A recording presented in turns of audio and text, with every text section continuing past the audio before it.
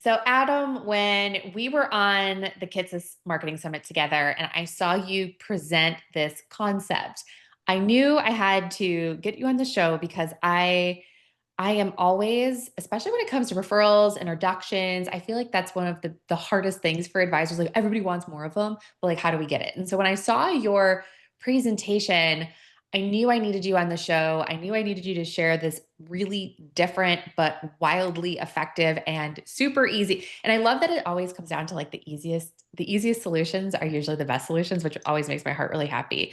So if you would share a little bit about you, where you're from, a little bit about your practice, and then we'll get into where this idea came from. Yeah, no, thanks, Libby. Yeah, it's such a fun little thing to share something, especially unconventional too. Like Yes. I love things that work behaviorally well, especially when you don't think they should work that well, and then they do. And I would definitely throw this into that category. A little background on me. So I like to joke, I'm the financial planner who helps people spend money, not save it. So my Yes. entire practice has been built just around working with retirees, helping them use the money they saved. And that's basically what I've been doing up here in Canada for about 20 years. So that's my little tiny little section of the financial planning space. But when I started the career 20 years ago, I started in a sort of an insurance background here in Canada.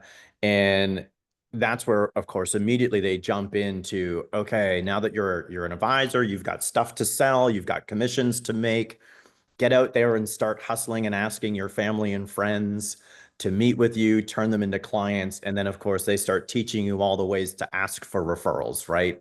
Give me Right. the names, give me all this stuff. And just all of that was so hugely uncomfortable for me Mhm. that I ended up having to sort of scrap a lot of that and navigate some of it on my own. And so where some of this idea actually came from is when I was trying to work with family and friends. One of the first things I did is I changed that script, is I didn't go in there immediately looking to solicit their business, but I knew they wanted to help. So I Mhm. flipped that script by saying to them, look, I'm here. Yes, I'm in this business, but I'm not here to work with you right now. Like I just want to take that off the table. Uh, we're not going to work together today. But I do need your help. Does that sound fair? And you get the head bob, and then it's like, okay, then I'd run through my like scripted spiel of like, okay, this is what we're doing. This is how we help people in an effort to help them make introductions to people that they know that I could talk to. But then that's what's actually created the problem. And that's where this little process I've developed has come out of is I needed my family and friends who were referring me because they're still taking a risk by making that introduction. And I think anytime anyone's making an introduction, especially to someone new for the very first time, it feels a bit risky for them, right? Like I have a situation right now with a lot of my clients. We're trying out a new travel agent for the very first time. I have to refer to travel agents very often. And it's like I've sent them two clients, but I have yet to hear any kind of feedback whether or not those were good introductions. So I'm actually hesitant to send more because I actually don't know, was this the right person to send them to? So when I was dealing with my family and we're doing these introductions, I wanted them to breathe a little easy that introducing me to their friends was a good thing. Mhm. What I started doing is I started asking my new clients to send them thank you cards. That instead of me being the person to send a thank you, I asked my new clients to do that instead. And that's what this whole process is shifting the dynamics of who says thanks. That's Yes. it. Okay. So I want to just like pause for a second and just make sure Yeah, that we're making that like ultra clear. And I know you're going to show us like exactly how you do that and how you removed all the friction for your clients. But the shift here is instead of you thanking the referrer for sending their friends, you're having the person who was referred thank the referrer for introducing correct, them to you. I love it. correct, Okay. correct. Right. Yes. So You're so right. it And it, well, and I was it, gonna say, I totally know what you're saying. Like when you send a referral, you're like, oh, I hope they liked it. I hope it was a good experience. Um, I can see how a client could be hesitant. Like if I haven't heard anything, I don't know. I kind of want to wait and see how it goes before I do it again. Yes. Well, and if you kind of think of like the dynamics in a slightly different way too, right? Like imagine you send your friends to a restaurant, right? And they Mhm. were looking for a spot and you go, oh, go check out this place. And then imagine the restaurant sending you a thank you. Right. Oh, okay, great. I'm glad I helped you guys, but I didn't do it for the restaurant. I did it Right. for the people I sent because I wanted them to have a good time at your restaurant. But imagine instead you got the card from the friends who you sent to the restaurant. They said, oh, what a great recommendation. We had such a fantastic time, right? And then you receive that thank you card from them. The next time someone asks about which restaurant to go to, which one do you think you're going to recommend? Right. And just because the restaurant Already is know because grateful and social says thank you doesn't mean that your friends had an exceptional time or an exceptional connect. experience at it. You're absolutely right when you say it like that. That really like makes all of this click together. But yeah, when I send a friend somewhere and they send me the note going, "Oh my gosh, that was fantastic. Thank you so much." You're absolutely right that that means so much more to me than for the person who got the business to say thank you.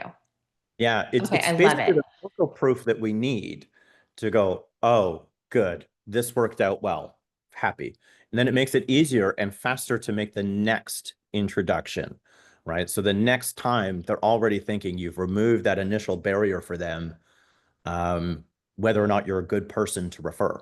So that's what I love about this process. And again, it wasn't the initial sort of behavioral intent with this. I was just trying to go, okay, I need to let my family and friends know that this was good and it needed to come from them, not from me. Um, and then I started to realize how quickly it was amping up referrals from existing sources because they were getting this feedback so much faster, especially after that first introduction, right? The first one's always the worst for anyone. Right. And then you shrink that, and then all of a sudden, more of them start flowing in more easily. And especially when you do it with COIs who have the potential to send you a lot, accountants in particular are a really, really great one. They're very hesitant to put their name on a referral, right? Or an introduction, right? So you get that Absolutely. to them quickly. Okay, this makes a ton of sense. Okay, so walk us through like give us the step by step. What exactly is it that you do? What do you say? How do you do it? To walk us through the whole as my Canadian friends would say, walk us through the whole process. Yes, yes. So I actually do this very, very early on in the relationship. Because one of the things that we want to do, so usually where I do it is in what I call the blue sky session, which would be the discovery meeting for most people. Mhm. So we're doing that very early, basically in our sort of second meeting with the client where we're really digging in and we start working through, they're feeling good that they're moving through the planning process. And it's right at the end of that meeting where I do this and I say, okay, before we finish up our blue sky session, um, for privacy reasons, I haven't told Libby that we've connected, that we've chatted. But before we finish up today, would it be okay if we send her a nice little thank you for making this connection? Does that sound fair? No one ever says no. That's it. That's all you have to Great. say, right? And then they go, oh yeah, sure, let's do that, right? And then all I do, and I just go, okay, which card would you like to send her? Right? Oh, And I those are have all the cute. cards ready. I have a few different versions, right? We have a little collection of them. I let them pick the one that they want. Now I always include two because when you're writing for the first time with a pen in a while, you typically need the second card because that's the one you'll actually send. Um, but I just kind of walk them through just what we've sort of put together. And then we basically put it all in the mail for them. So they pick the card. I don't have any here with me today, but I typically have a little supply of, Tim Hortons gift cards, Home Depot, things like that. And I even give them the choice of which gift card do they want to send with it, right? So they kind of get to pick those as well. So they're kind of basically almost doing their own shopping and putting their own little kit together of something that feels like them that we're going to send them to fill out and complete and do that. Um, and I just kind of walk them through just what to expect with that. And yeah, and then we just drop it in the mail. And then away it goes. Okay, so let me break this down. So you're telling them, hey, we want to say thank you. You gave their permission. And then you're holding up, and for those listening that can't see this, that aren't watching it over on YouTube, you're holding up two just like beautiful, what looks like to me Canadian landscape kind of Yep. cards. They're Yep. picking from the cards and saying, "Ooh, I like that one." And then you're saying, "What is the gift that I can provide for you to give to the person that referred you to me?" And they're Yep. selecting from a handful of gift cards. So they're kind of choosing what they think the referrer would like and appreciate. And then, because are you doing most of these meetings virtually, or do you do any in person? Yeah, so this started in person 20 years ago, right? So Okay. you would do that, slide them across, right? And then if they did write in the card and screw it up, I just hand them another one, right? Right. So now that a lot of it's virtual, that's why now I've sort of had to adapt it a little bit so that we could include a second card because it does happen. You watch it all the time in person, people end up miswriting something and they want to do over. Right. So I include that. And we do the gift cards. They would pick those kind of things out. So now I just do it over the camera instead, Hmm. and we put it all in a little package and mail it to them. So Uh, new client, I am receiving from you an envelope that has two cards, two envelopes, a gift card, yeah, and stamps. So everything stamp. is pretty much ready for me to just write it out, package it out. And how are we facilitating that? Because, right, I can think like, so for me, I'm looking at like, okay, well, what would the friction points be? So one of the friction points would be, well, what do I want to say? So I'm assuming that you have a suggested script, language, something that you provide the client that was referred. Yeah. So we have this wonderful little script. It's basically what I would say in person. And it's just a card that kind of fits into the envelope. Explains the whole process with a little bit of humor as well, the whole reason for a second card. And then on the back of it has a few suggestions of like different ways and things they could write. But obviously I try to encourage them to write their own so it doesn't Sure. get too repetitive. But everyone needs a little something to just go, oh, right, what am I supposed to do with this? Because keep in mind too, like now that we're doing this virtually, it can be a week before they actually get the package in the mail. And so the instructions that you give them virtually when you're, especially at the end of a discovery meeting where people are a little bit burnt out to begin with, For right? sure. You need to add the instruction set, but So they they don't basically, get the package and go, "Oh, that was so nice of him to send me a Home Depot card." yeah, exactly. Now what? Okay. Um, I love but that. but And you are sharing your script or what's on that card with us so that anyone listening, so I will make sure I make that available. I'll create a web page where people can download your script so they can see exactly this real cute card that you just held up that gives them the instructions and tells them what to say. Yes? yes, You're of course. amazing. That's so generous And of you. and it's easy to twist, right? Like it's one of those things that it's like an arts and crafts thing. Like if you want to send it as an arts and crafts, like I almost did that myself. It's like, okay, it's time for arts and crafts, right? Like how often do adults get to sit and grab a pen now, sit down and write stuff? And and I find I get a lot of clients sending me photos for a lot of different things, especially some of the trips that we help them go on and stuff like that. But this is one I've had multiple people send me photos of just them dumping this out and filling out the card together as a couple, but like sitting around the dining room table, right? So there, it obviously hits a spot with people that it's oddly fun. You know, Hmm. you go, Yeah. okay, filling out a card. But when it's like you didn't have to pick out the card, you didn't have to pick out, and it's something that the clients that typically still want to do. Like when people make good introductions, you always want to thank them, right?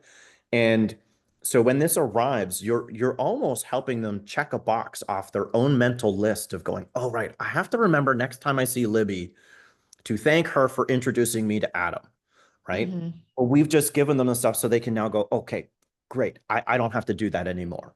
Right. And I think that's one of the things when it shows up and they fill it out. I think that's what it's actually doing for people is it's helping them check a box that is going to sit there possibly for months, especially if it's a an accountant or someone that they only see once or twice a year, maybe. And now they got to remember to talk to them. Right. Right, This right. gives Or them giving that them another immediate. like to do on their list. Yes. And I love that. So I talk a lot about like the psychology of what our clients are experiencing and how do we help reduce mental load or take things off of their to-do list and kind of how do we facilitate doing as much of it for them as humanly possible, right? They don't have to think about it. They certainly probably weren't going to go get a gift for someone who was going to send them, who referred them to an advisor. So you've now like upped the ante a little bit. Now they get to feel like extra special that they're sending something. Okay, so let's talk about any pushback. Any have you like when you do this with clients, has anybody ever said, "Oh, I don't want to do that. I'm not willing to do that. That feels weird to me," or is it pretty much just everyone's like, "I'm Adam. This is I've great." never had someone say no, right? Because all Hmm. we're asking is just saying like we're not doing it on the very first meeting. Like it's like they've signed an engagement already, right? Hmm. So and by the time we hit discovery meeting, they've signed an engagement for at least the planning process, right? So they know enough of what they're getting.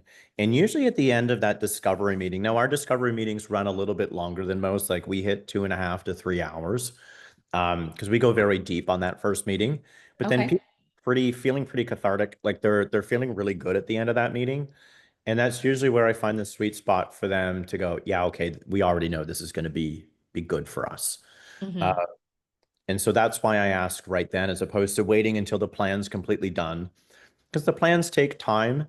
And I actually don't want the person who sent them our way to wait that long for feedback, right? Because that's the other person Right. we're thinking of here is yes, it's something that the client needs to check mentally off their checklist, but the person who sent them our way is sitting there going, okay, like did they talk yet? Have Right. they Did met? that go well? How did that all pan out? Right? Did We it want to make me help. look good? That's the question that they're wondering Yes, in their yes, head. that Yeah. is Did that exactly make me what look good? it make me look good. Yep. So the sooner we can get them that feedback, the better. Hmm. So that's why I kind of run it that soon in the process.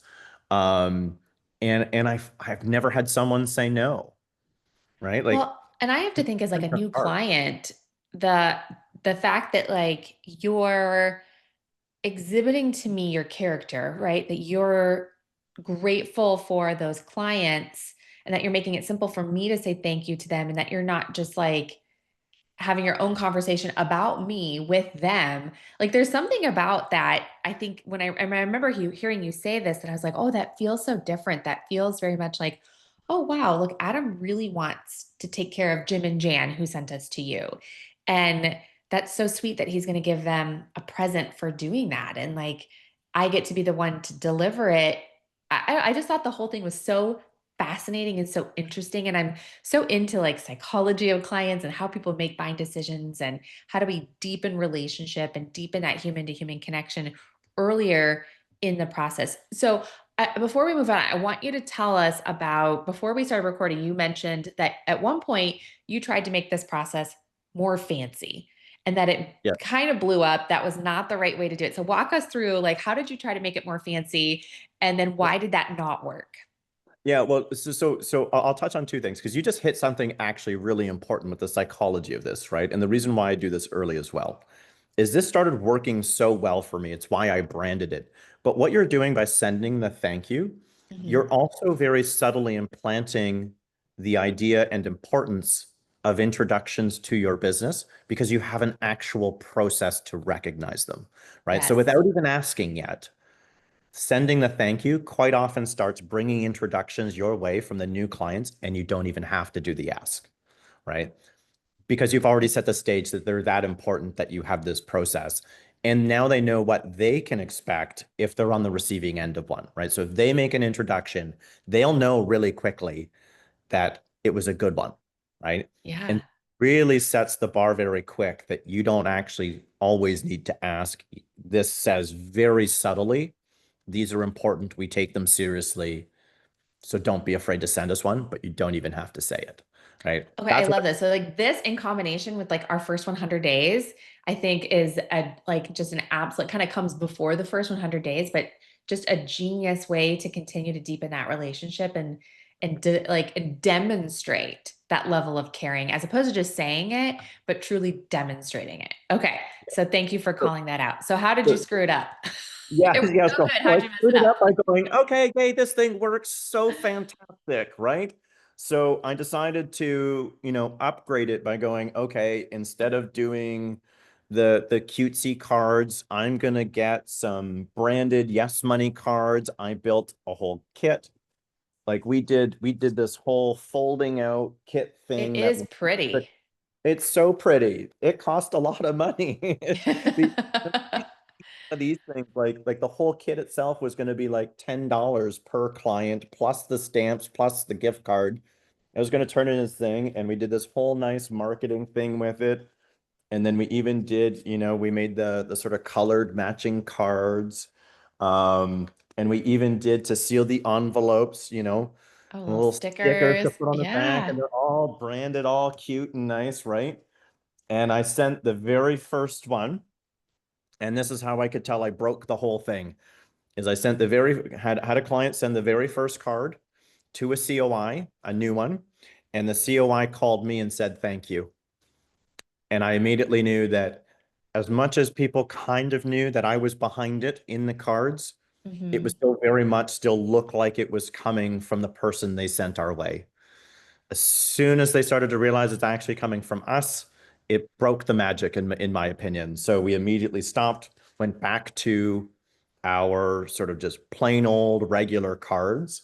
But we did keep one thing from the process that we introduced when I sort of tried to upgrade everything is we did keep the instruction card.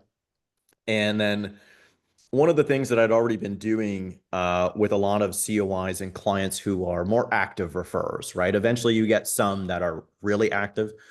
It gets to the point where sending them a gift card repeatedly when they send you a whole bunch of referrals, especially a few in a year, it's like, okay, how many Tim Hortons gift cards or whatever can you send someone in a year before they start going, oh, like that it's almost like it almost starts to be offensive that like it's like okay like I am just doing this because you're solving my problem so I Right, right.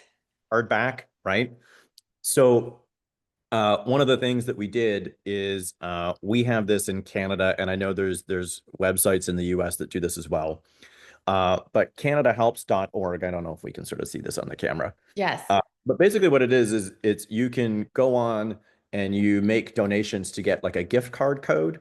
So we would just fill this out on the line here for this card. And it's like sending a donation that they get to choose which charity it goes. So we make the donation, we get the donation receipt, but then the COI gets to choose where they want to give our money to. Which often becomes with a COI that you become really good friends with, it becomes a running joke of like, this is who I'm giving your money to this time, right? I love Our that because I can see how it could lose its effectiveness if it's like almost like okay, it kind of almost even between the two, like you're super grateful, and then you're like, okay, maybe they're just trying to remodel a bathroom, and here I'm like funding the bathroom remodel, which isn't a bad thing because you want to say thank you, but we also want it to be so much more about the exchange of present, right? And more about the exchange of value that I'm bringing to the people that you're sending my way, not just like, oh, I every time you do that, I give you a gift card and basically give you an incentive to do that. Like I want the incentive to be that I'm going to take really, really good care of the people that you're sending my way. So I think that's really astute. Now I know you've been doing this a really long time, but that's just really astute that you kind of had that feedback or perception or making sure that you're protecting this special process that you've built too. Yeah, and you know what? That was one that came from just sitting with a couple COIs after I'd been using this process for a while. And it's like they do eventually figure it out that you're the one behind it, right? So Right. so they end up going and I remember sitting with one of them and we were chatting a bit and he goes out like you don't have to have them include the gift cards anymore. And I'm like, tell you what, I'll come up with something different because he was starting to feel guilty, right? And Right. that's not Right. what I want, right? Right. Yeah. So that's where we started working with these instead.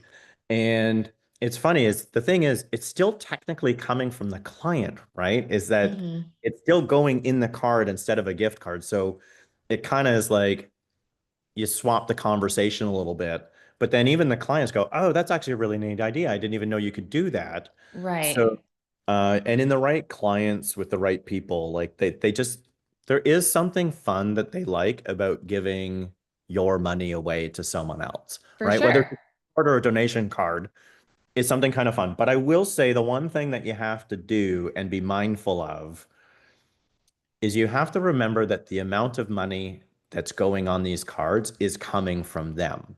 So don't be too chintzy, but don't be too much with it. Yeah, Like it right, is right. coming from your new client. So it can't be like, oh, throw a $10 gift card in because you don't actually want them to think that they so cheap, they're only sending a $10 gift card. Right, Right. right. So Yes. it's finding that sweet spot of like, okay, what's the right amount? I have found that sort of $50 is about what I do these days. I started with 25, 50 seems to be about appropriate.